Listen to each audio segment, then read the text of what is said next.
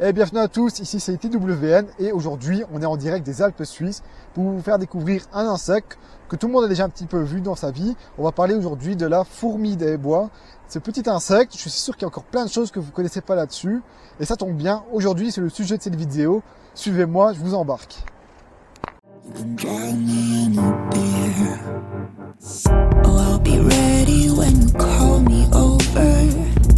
I've been waiting for a while. When the cigarette burns down between my fingers, I know I'm out of time. Paper airplane, take me higher. I know I'll land somewhere in between here and there, here and there. Paper airplane, take me higher. Ce que je vais faire ici, c'est je vais essayer de vous trouver quelques fourmis des bois pour venir un peu vous montrer. En attendant d'en choper, je vais un peu vous expliquer un petit peu les grandes règles chez les fourmis. Alors tout d'abord, il faut savoir que les fourmis, ce sont des insectes et ce sont plus particulièrement des hyménoptères. Donc c'est-à-dire que ce sont des insectes qui font partie du même groupe que les bourdons et les abeilles et les guêpes. Alors à première vue, comme ça ne se voit pas, car les fourmis ne possèdent pas d'ailes. Mais il faut savoir que les fourmis, ce sont des insectes sociaux. Et ce qui dit insectes sociaux, ça veut dire qu'il va y avoir différents types de fourmis au sein de la colonie. Les fourmis qu'on a l'habitude de voir, eh bien, ce sont les ouvrières. Les ouvrières, elles, ne possèdent pas d'ailes. Les reines, elles, vont par contre posséder ces ailes. Et ces ailes, en fait, vont être découpées avant de fonder la colonie. Car il faut savoir que les fourmis font des colonies dans le sol. Et avoir des ailes au niveau du sol, eh bien, ça pose quelques problèmes. Les ailes risquent de se déchirer. Donc en fait, c'est simplement une adaptation des fourmis pour avoir un milieu de vie un petit peu plus souterrain. Alors, qui dit hyménoptère dit aussi forcément dard. Donc forcément, oui, les fourmis ont des dards. Mais vous allez le voir ici, la fourmi qu'on va chercher aujourd'hui a une autre capacité pour se défendre. Elle va pas venir vous piquer, elle va venir utiliser ce qu'on appelle de l'acide formique. Donc en fait, cet acide formique, en vrai terme scientifique, c'est ce qu'on appelle de l'acide méthanoïque. Cet acide va lui permettre de venir se défendre en cas d'agression envers la colonie. Donc aujourd'hui, les fourmis qu'on cherche, eh bien, ça va être les fourmis des bois. Et alors, les fourmis des bois, ça va faire référence à plein d'espèces de fourmis. Toutes ces fourmis vont faire en fait partie du genre Formica. Le problème, c'est que toutes les espèces de ce genre-ci sont en fait extrêmement ressemblantes. Il est quasiment impossible de venir déterminer l'espèce au simple coup d'œil. Il faut venir utiliser un binoculaire ou une loupe grossissante pour pouvoir venir voir les détails qui vont permettre de pouvoir déterminer ces différentes espèces. Pour citer quelques espèces du genre Formica, on va retrouver Formica rufa, qui est l'espèce la plus représentative. On va retrouver également Formica polyctena, Formica lugubris et Formica paralugubris. Ces deux dernières espèces, elles, sont un peu plus montagnardes. Alors au niveau de l'habitat de la fourmi des bois, eh bien, comme son nom l'indique, on va vraiment venir la retrouver dans les bois plutôt de conifères. Et son aire de répartition est assez grande. Ici, on en cherche dans les Alpes suisses. Il faut savoir que ce genre Formica, eh bien, on peut le retrouver à des altitudes assez importantes, car on peut encore en trouver à des altitudes qui vont autour des plus ou moins, on va dire, 2400 mètres. Comme je vous l'ai dit tantôt, les fourmis sont des insectes sociaux. La reine, une fois fécondée, donc la reproduction se passe dans les airs, la femelle va venir être fécondée par beaucoup de mâles, une dizaine voire une centaine de mâles. Une fois l'accouplement fait, la femelle va venir atterrir à un endroit propice, va venir se sectionner les ailes avec ses mandibules et va commencer à nidifier et à fonder une colonie. Les colonies de fourmis des bois sont vraiment très caractéristiques car en fait elles sont en forme de dôme. Le dôme fait un petit peu de matières différentes trouvées sur leur chemin.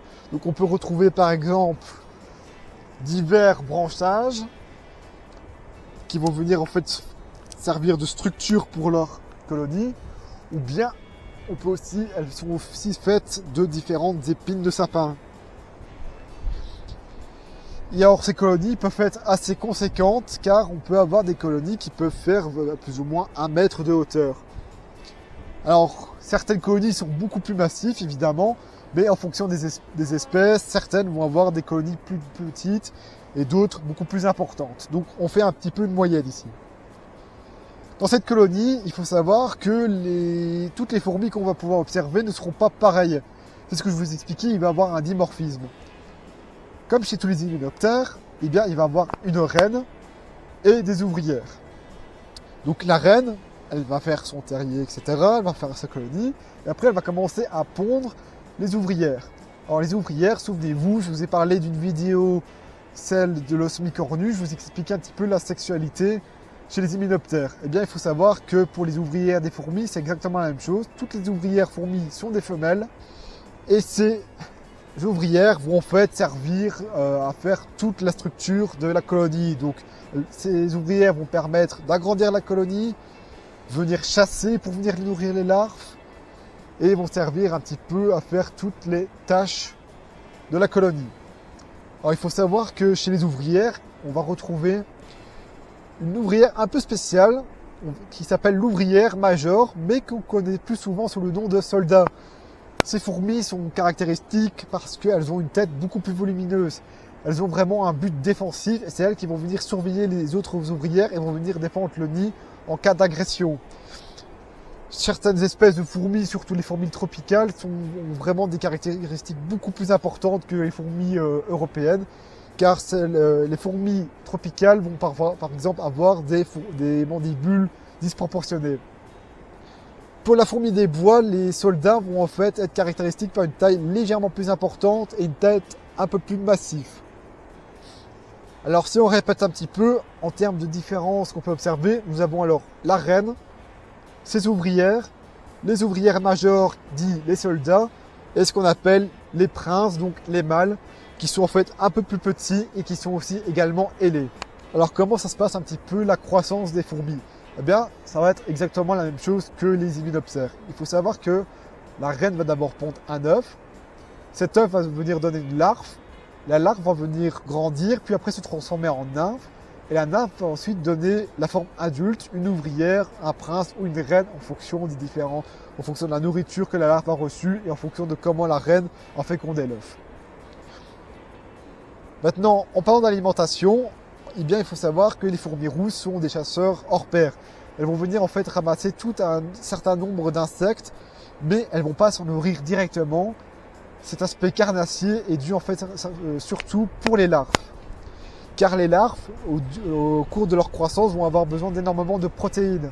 Et chez les hyménoptères, c'est quelque chose qui est très récurrent.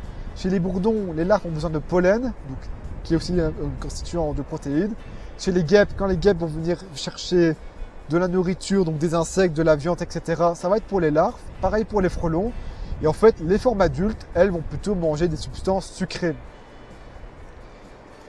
Donc, pour les guêpes, c'est assez simple. Les substances sucrées, en été, elles vont venir boire les sodas, etc. Les bourdons et abeilles, le nectar. Alors, les fourmis, quelle est la substance sucrée qu'elles vont venir récolter? Eh bien, ça va être le miella des pucerons. C'est un comportement qu'on peut facilement observer. Il faut savoir que les pucerons sont en fait des insectes suceurs qui vont venir en fait sécréter tout un liquide sucré à l'intérieur de l'abdomen. Les fourmis ont trouvé des techniques pour venir exploiter ces pucerons. Elles vont venir en fait au niveau de l'abdomen du puceron, les tapoter avec leur antenne, et les pucerons vont en fait venir dégager des substances sucrées que la fourmi va pouvoir se nourrir. Alors, ça rapporte quoi aux pucerons? Eh bien, il faut savoir que les fourmis vont du coup protéger les pucerons. Donc, du coup, il y a une sorte de symbiose qui se fait entre les pucerons et les fourmis. Donc, si on fait un petit récapitulatif, eh bien, les fourmis vont venir chasser des insectes, que ce soit des mouches, des chenilles, des petites araignées et plein d'autres petites bestioles pour venir nourrir les différentes larves. Elles vont aussi en manger un petit peu, mais ça va pas être leur alimentation principale. Et la forme adulte, elles vont venir se nourrir de substances sucrées comme le miella des pucerons. Alors au niveau des caractéristiques des fourmis des bois, eh bien, ça va être assez facile de les reconnaître. Il faut savoir que, je vous ai dit, c'est un insecte, donc les fourmis sont constituées d'une tête, d'un thorax et d'un abdomen. La plupart des espèces vont avoir le thorax de couleur roux et vont avoir l'abdomen et la tête de couleur noire grisâtre. Ces fourmis sont assez grandes par rapport à celles qu'on a l'habitude de voir, car elles peuvent faire entre 8 et 10 mm, ce qui est une taille assez raisonnable pour un insecte qu'on a l'habitude de voir assez petit. Alors les fourmis, ça va venir apporter quoi au niveau écologique? Eh bien, ça va avoir de nombreuses propriétés. Premièrement, les fourmis vont avoir un rôle très important pour les sols. Il faut savoir qu'ici en montagne, les sols sont vraiment très pauvres. Ils vont être généralement très acides et peu oxygénés. Eh bien, les fourmis, en faisant leur colonie, vont venir renouer la terre et vont venir venir l'aérer. Et tous les déchets, que ce soit insectes, etc., vont venir enrichir la terre et venir servir un petit peu d'engrais. Un autre rôle écologique important que les fourmis des bois vont venir accomplir, ça va être le rôle de régulateur de ce qu'on appelle les nuisibles. Les fourmis vont venir se nourrir de beaucoup de chenilles qui vont venir ravager les diverses plantations humaines. Un autre grand rôle, mais qui est quasiment inconnu, ça va être la dissémination des graines des plantes. C'est ce qu'on appelle la mycorrhizie. Ce principe, en fait, c'est que les différentes fourmis vont venir chercher les graines des plantes, que ce soit pour l'alimentation, etc. Et au cours de leur trajet, si elles perdent la graine, eh bien, ça va venir en fait disséminer la plante et la plante va pouvoir pousser à un endroit plus éloigné qu'à la base. Énormément de plantes marchent sur ce principe-là et du coup, les fourmis vont venir jouer un très grand rôle dans la dispersion des plantes. Au niveau du mode de défense des fourmis, eh bien, je vous l'ai expliqué, les fourmis ont plusieurs systèmes de défense. Généralement, elles vont utiliser leurs mandibules puissantes pour venir mordre un individu, mais quand ceux-ci sont un peu trop grands, eh bien, certaines espèces ont un dard assez puissant, elles peuvent venir donc piquer l'individu, mais la fourmi des bois, elle, a opté pour une autre option, utiliser l'acide formique, l'acide méthanoïdique, pour venir justement créer des lésions avec cet acide. Alors ce n'est pas un acide où votre peau va commencer à fondre, mais il faut savoir que pour avoir déjà reçu de l'acide formique, eh bien on a quand même une sensation d'irritation comme une petite piqûre d'ortie. Donc si vous imaginez bien, avoir une colonie comme ça de plusieurs milliers d'individus qui vous envoient de l'acide formique, eh bien la plupart des prédateurs vont préférer prendre la fuite plutôt que venir continuer leur agression. Et bien voilà, c'est un peu tout ce que j'avais à vous dire sur les fourmis des bois. Alors évidemment, il y a encore énormément à vous dire. Je pourrais vous expliquer comment les fourmis font pour communiquer entre elles avec les phéromones, etc. Mais c'est des sujets encore très complexes où on n'a pas encore toutes les infos disponibles. Donc ça, je pense que je ferai d'autres vidéos sur les fourmis pour pouvoir continuer un petit peu diverses explications. Car c'est un monde fascinant et toute cette organisation mérite d'un peu plus d'explications. C'est pour ça que sur cette chaîne-ci, on va continuer à en parler de ces fourmis et en règle générale des hyménoptères qui sont des animaux très intéressants. En attendant, moi je vous dis à bientôt pour une nouvelle vidéo. C'était ITWN, mais restez curieux car c'est bien en apprenant, en comprenant et en découvrant notre nature qu'on arrivera à la préserver. Allez, ciao ciao! Oh, I'll be ready when you call me over. I've been waiting for a while.